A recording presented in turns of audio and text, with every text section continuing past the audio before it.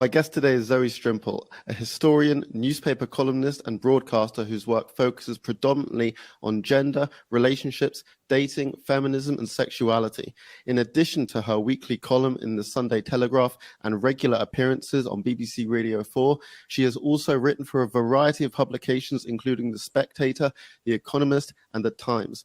She is the author of 3 books, including Seeking Love in Modern Britain, Gender, Dating, and the Rise of the Single, and What the Hell Is He Thinking? All the questions you've ever asked about men answered. Zoe, thank you for being here. How are you doing? I'm doing very well, thank you. How are you? I'm good. I'm doing good, thank you. Your area of expertise is dating and gender. So what drew you into also writing about anti-Semitism? Well, I think there's a difference between, obviously an area of expertise and areas of passion and interest. So you're absolutely right that in terms of the books I've published and the PhD and MPhil degrees that I have, dating, gender, feminism, and the intersections between those is the area. But ever since I was, let's say, an adolescent, I started to become interested in Israel as a flashpoint for all kinds of other things to do with morality and, the difference between right and wrong and all the stuff about bias. And I grew up in a pretty Zionist household. We weren't religious at all. And when I say Zionist, I don't mean we kind of were going to Israel all the time or anything, but my parents were always very aware or plugged into the American sort of bias in the media stuff. So they were always, getting bulletins from camera and things like that. So it was just always a kind of background thing that there was this bias. My parents it was media bias against Israel. So I used to screen that out. But then later when 9/11 happened, I think these kind of questions of morality and the way people were turning things around and distorting what was happening and calling right wrong and wrong right, and the goodies the baddies and the baddies the goodies, and the West was evil and the terrorists were justified, and all of that kind of upped the ante for me and made me see how important Israel and Zionism was within that framework. And so a few influential people, especially the physicist David Deutsch, who was a huge influence on me because he was a family friend, really kind of made me super aware of how it goes way beyond just Israel, being clued into that. So that's how I got interested in anti-Semitism as tied to Zionism, because they absolutely are part of the same picture, however much people pretend they aren't.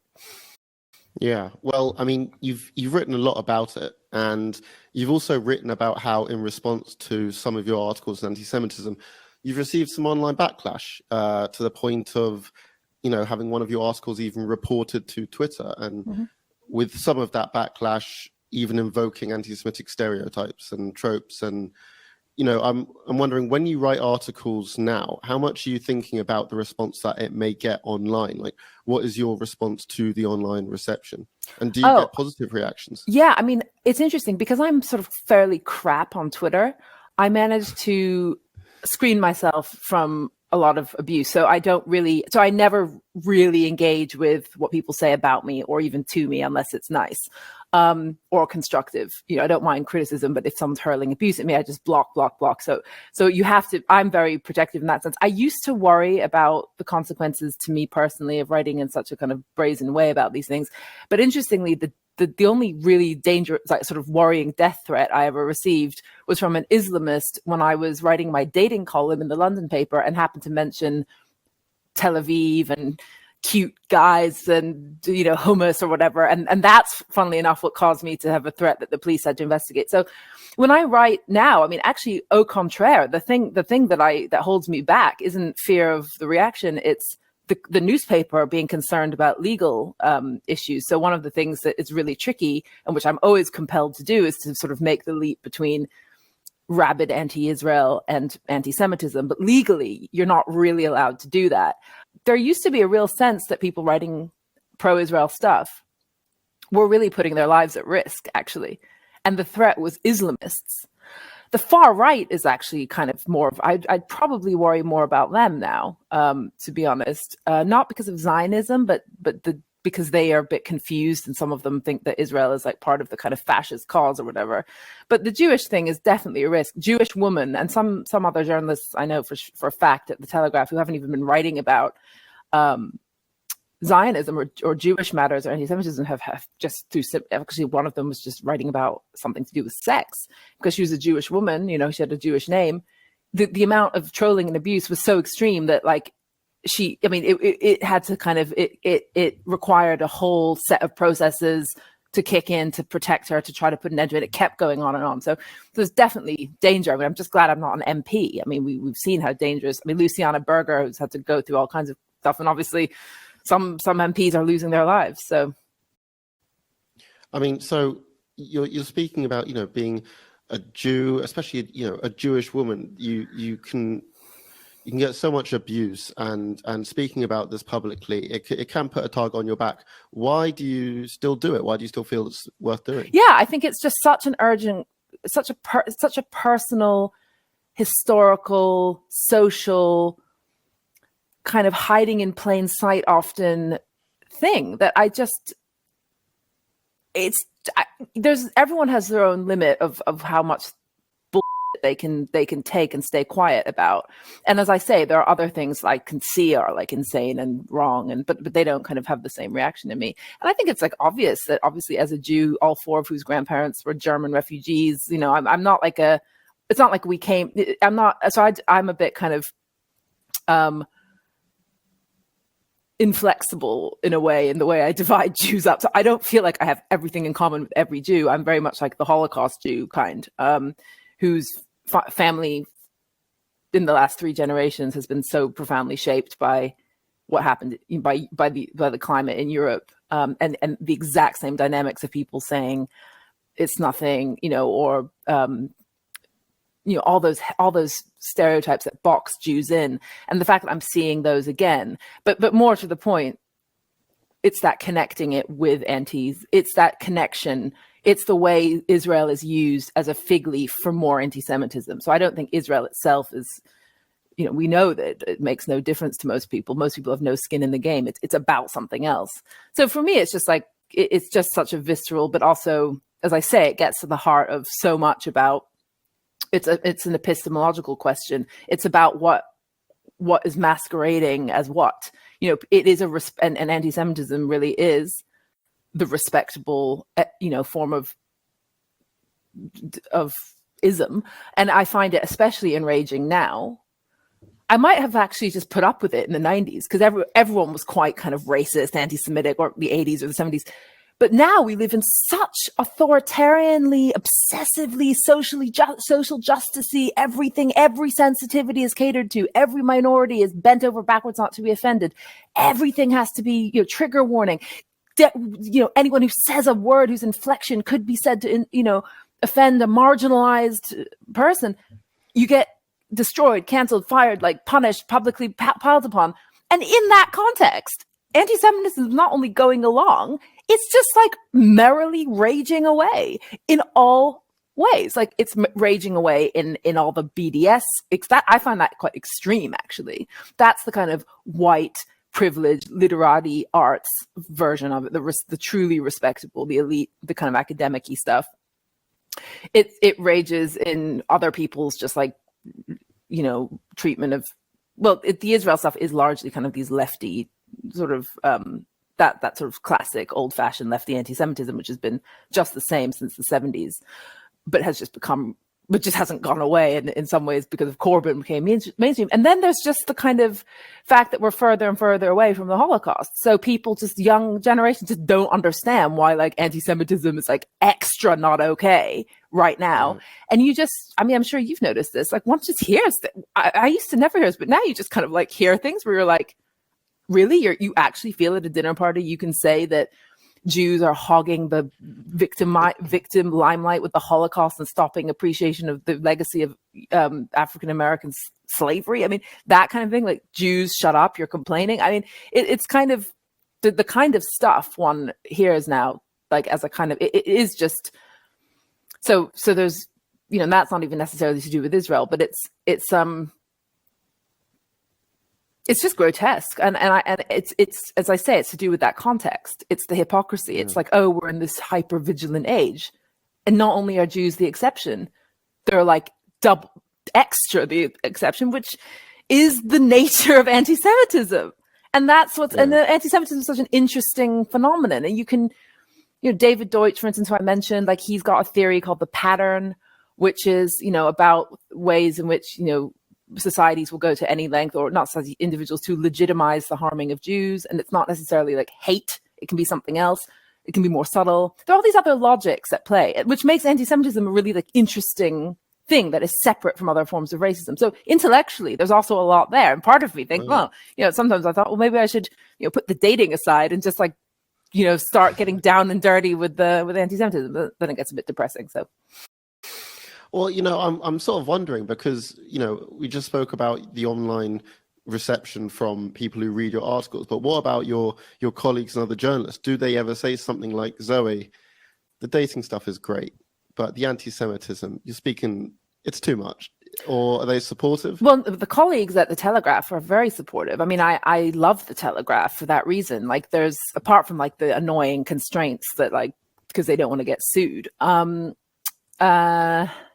No, I mean, I'm in a very privileged position in the sense that like, I think the top brass at the Telegraph is pretty Zionist. I mean, not Zionist, of course, that's such a political, but there's no resistance to those arguments at all. And that is, but you say, so the Telegraph is like supportive for sure. And you do get people like me, like, Julie Burchill. We all write across the same titles. We write for Unheard, we write for The Spectator, we write for the Telegraph. And that's a fairly, you do have some kind of ones who kind of are more like old school Tories who don't go for that. And you've got your kind of some lefty Jews who sometimes write for the Telegraph who aren't into it. But generally, because I don't attack other journalists, I would never dream of doing. There is a lot of journalists attacking other journalists. I see it on Facebook and on Twitter. It's terrifying. I can imagine. I do attack Guardian. I attack Owen Jones very frequently in my column, but he never reads anything I write, so it's fine.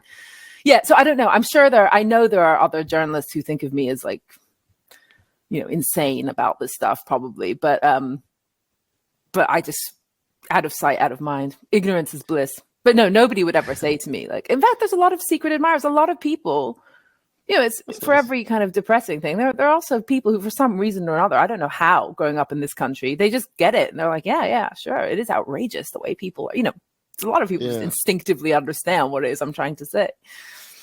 That's quite lovely. Well, I sort of want to go on to this. You, as far as I understand, correct me if I'm wrong, you were raised in America and you moved to the UK as a teenager. And do you feel that you have a different perspective on British anti-Semitism? For example, do you view yourself as an outside observer, or do you perceive the type of anti-Semitism in the UK distinct from that in America? Yeah, so just to be clear, I was born in London, and my parents are not American. Yes, but they did move to the US when I was really little, and then I returned here. They stayed when I was 16. So when I was a kid in America, it was 1984 to 1998. And it was it was Clinton really. And we lived in a kind of weird little set of fishing towns north of Boston. It wasn't a very Jewish place to live at all. So it was a kind of curious environment. I think there was some anti-Semitism at my elementary school, which was a state school. But in general, it just wasn't something that it was really just about anti-Israel. That was what animated the debate. But as I say, I was sort of shut away from, I don't really, it wasn't really a feature. It wasn't something I ever thought about, frankly. We did make trips to the UK quite a lot. Again, not something ever, even though my grandparents like spoke with German accents and stuff, it was not something we ever talked about.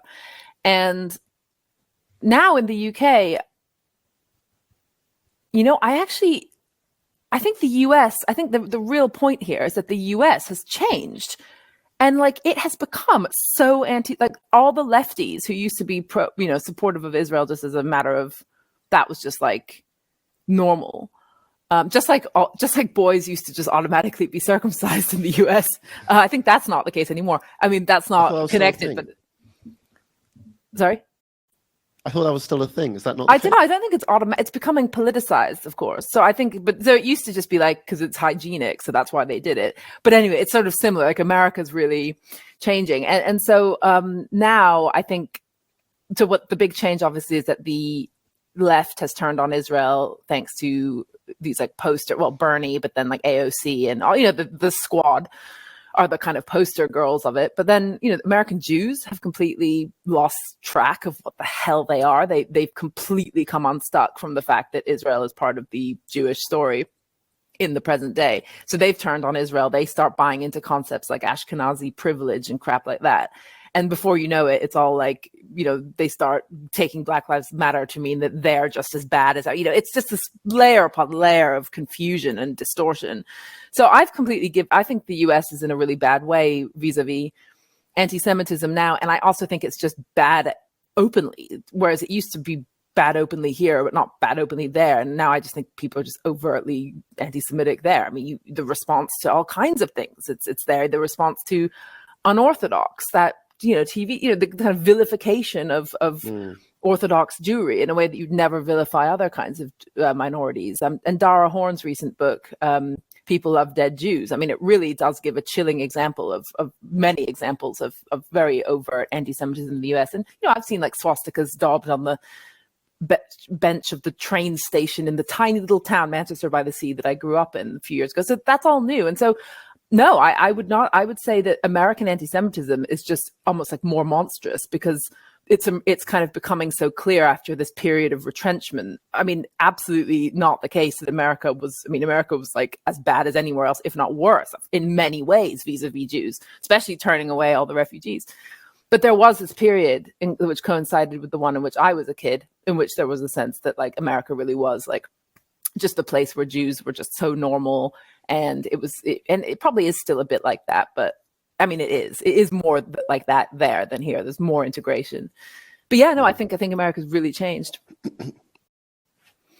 I mean, in America, or to be honest, not just America, here in America, and especially online, a lot of people will justify their anti-Semitism under the guise of free speech. And you have written about how you believe in free speech while also not wanting to find yourself being associated with those who use free speech as a vehicle for hate and even incitement for violence. And, it seems a lot of people believe that free speech and hate crime laws are incompatible. How do you navigate that issue? It's funny. Can I just say I hate the word hate in this context? Like, it just sounds like one of these babyish buzzwords that was cooked up somehow along the road, like solidarity and power, that means nothing. Like, it's just like, it's like almost how you'd say to a primary school student, no hate, hate's mean, like love everyone. It's just like, it makes me cringe. But in terms of how one navigates the difference between, so for me, it would just be like incitement to violence is like the issue. Like, let's be specific here. Hate. I mean, I hate lots of people, including my basement neighbor. I hope she hears this. No. So, should I be locked up? No, probably not. Maybe I should.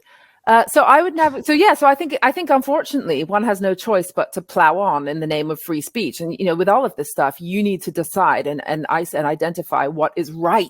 And then stick to that. And if hater is going to be hater, if there are people are going to stick on, glom onto that and ruin it, well, that doesn't mean that the notion of right should be let go. So if you believe in free speech, I think, unfortunately, okay, so I personally navigate it by agreeing that incitement to violence is a crime and it's bad and should be stopped. However, otherwise, like, you've got to have free speech, free society. You've got to have a decent police force that stops free speech. Thugs are dangerous when they start beating people up or intimidating them by campaigns of harassment. But that's not my job. The police should be taking care of that. If you have a robust criminal justice system that actually works, then it shouldn't be laid on the feet of people like me to worry about what how the thugs are going to interpret freedom of speech. So I think it's a shame that the way it shakes out is that freedom of speech gets a bad name. It's like, sometimes Israel doesn't help itself with really PR and obnoxious people who represent it. Just like freedom of speech doesn't get very good PR when it gets represented by thugs. But that doesn't change the basics, which is like Israel needs, and is like deserves to defend itself and et cetera, et cetera. And likewise, freedom of speech is important. I think that what I've been dismayed about, maybe more saliently, is that my fellow freedom of speech journalists and people, I often actually don't agree with them, because I find that they take freedom of speech and then apply it in ways that I think are foolish and red herrings and actually really problematic. For instance, the way the freedom of speech bunch latched onto the idea of freedom for the COVID stuff. So interpreting first lockdowns as like a real, like, incursion into freedom, of which freedom of speech and freedom are like the same thing.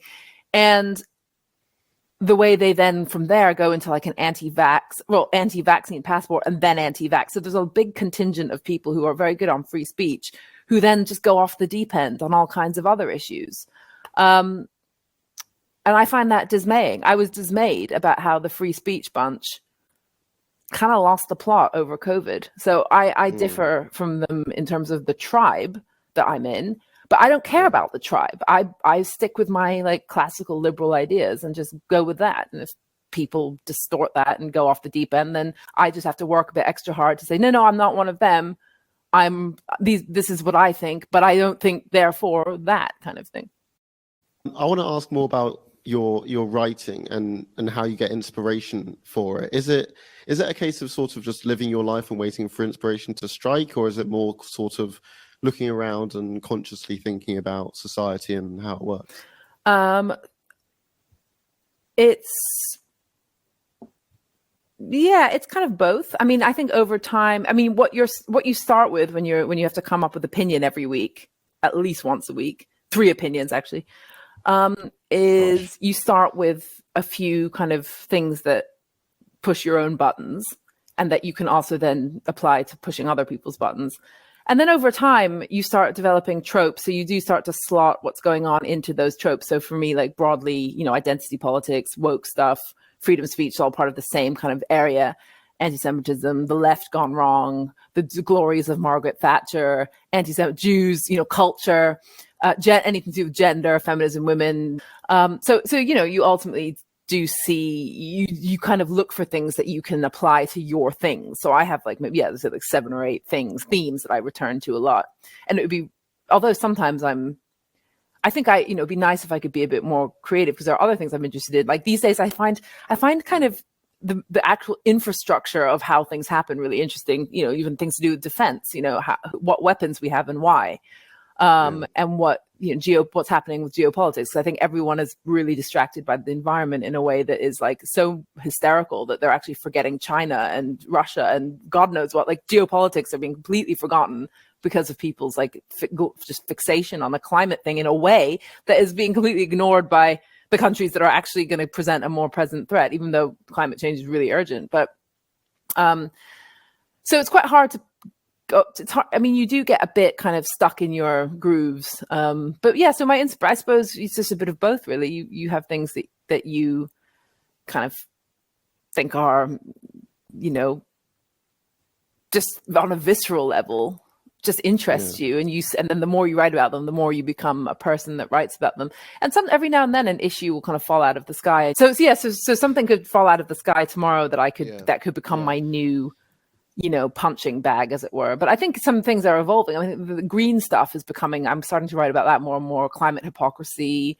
I did my column this week on the kind of birth striking movement, people using ideology to make personal decisions. So refusing to have kids because they think humans are basically a blight on the planet. So it's a very anti-humanist position. So wow. I think that's quite interesting. But as you can see, like gender and dating have slightly, when it comes to my journalism, they're not always at the top of the list. I'm a bit sick of dating, actually. I think I just know. It's as a subject, I've really done it. It is ever fascinating because of apps and things, but it's people always look. It just, there's something about it that makes me a bit embarrassed because it's a bit cringy. It's almost like I think women who are kind of like dating columnists, people expect them to be really obsessed with all aspects of dating and wanting to get married and having all these like quite sort of stereotypical female ideas. And I don't associate with that. So it's not like a personal, I'm not like, oh, I'm a dating guru because I really care about dating and dating is like so romantic. No. Well, okay, fine. So let me ask you this: you have written a lot of books and articles about dating and relationships, and for all the single people of any gender watching or listening to this right now, what was the one piece of advice that you would give them? I mean, God, it would firstly, the academic in me has to add a few caveats. It would depend on where they are in life, if they've been married before, what they want.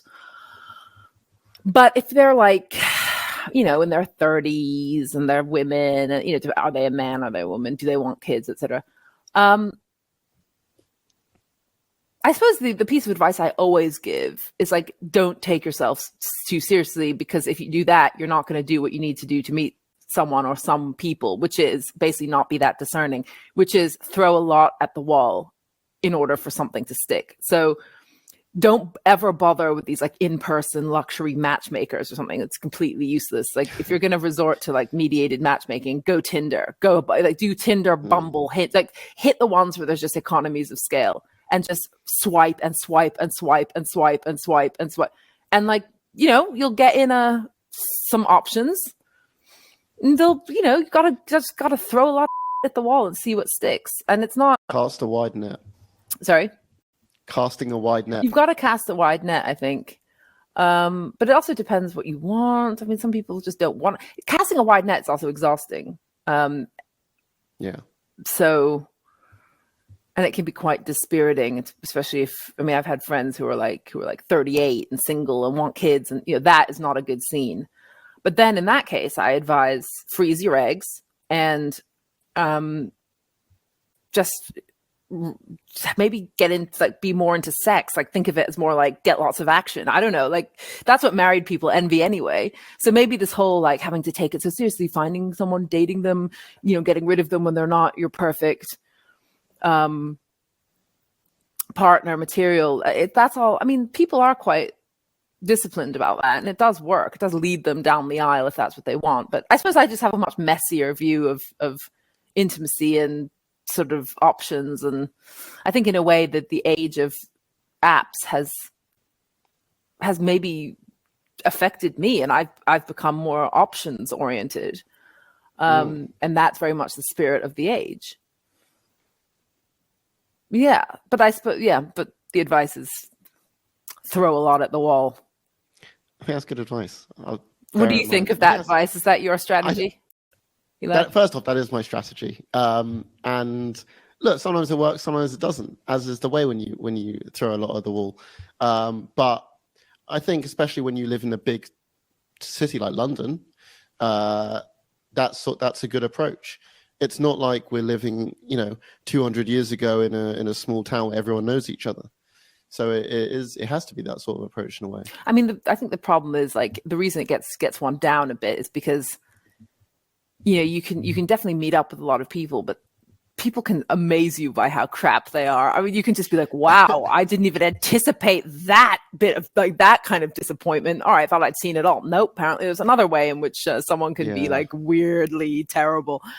And you just can't tell until you meet them. And, at the end of the day, this is your life going by. So at least with me, there's the kind of reassurance that I can always turn everything in my life, if I need to, eventually into some sort of observation or, theory or book or God knows what, material. Life for me, whether it's dating or something else, is material. But if you're like a lawyer and you're pressed for time, I mean, it's tricky. But it's interesting. I'm surprised you haven't asked me about Jewish dating.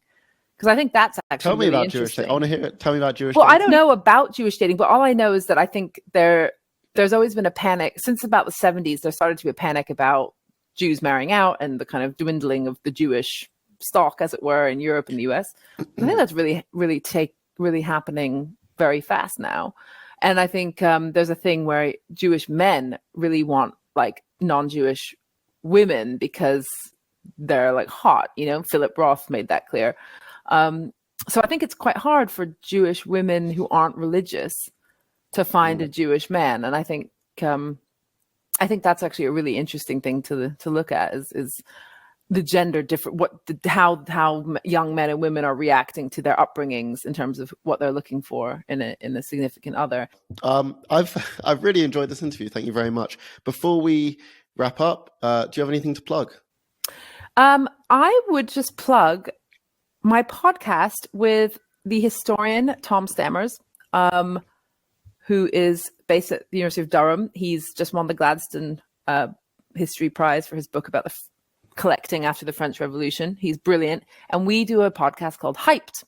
And we basically take books, plays, movies, TV series that have been massively hyped, and we kind of deconstruct that hype, and we think about, what is going on here? Why have they been hyped? Are they that good? Et cetera, et cetera. So that can range from Rennie Edo Lodge's Why I'm No Longer Talking to White People About Race, which was one of our most popular ones because we managed to not be offensive, but we still were very critical, which was great, to The